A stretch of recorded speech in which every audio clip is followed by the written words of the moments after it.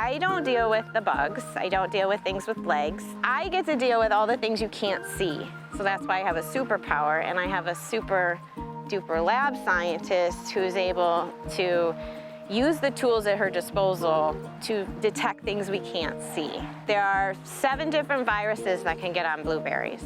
This inspection that we're doing today, we're visually looking. A couple viruses are very visually, we can see them well.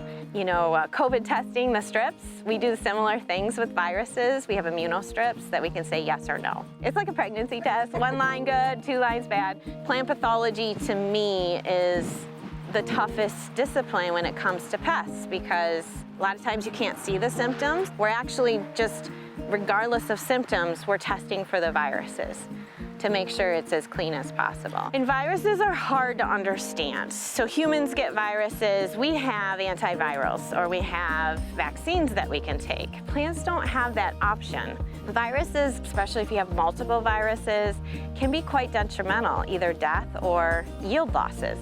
And so in the plant world, viruses are a tough thing, and you don't want to start with it because the only real option, there is no treatment. Like if you have a bacteria or a fungus or a mold, you can usually treat for those. You have pesticide options.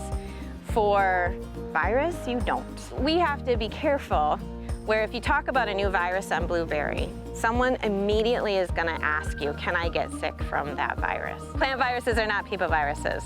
No, definitely not. There's very, very few plant diseases that could really harm humans. Viruses that affect humans come from other animals like us, so it's just that basic general outreach and extension that is needed for clean plants. You're not going to have something that's entirely super duper clean, like it doesn't have to do with bleaching the plant, that it's clean like your countertop. I'm from up north, and so we have cherries, we have apples, and I always think about that grower who put in 20 acres of an apple orchard. And that orchard's gonna be there for 20, maybe 20 years, 15, 20 years. I just want those growers to start with the best product they can going forward, because they're gonna end up with stresses later on. And why not start with something stress-free? Like if you're gonna run a race, you wanna be as healthy as possible to start that race. And so I think about blueberry growers who are establishing a new blueberry field. You're gonna wanna start with plants that have been tested by a third party. You're gonna wanna purchase from a grower who's participating in a program where they're monitoring for viruses and other diseases. That's why it's so important to try to purchase products where the growers that you're getting it from are sourcing from clean material. There's too many other stresses in the world. Why not start healthy first?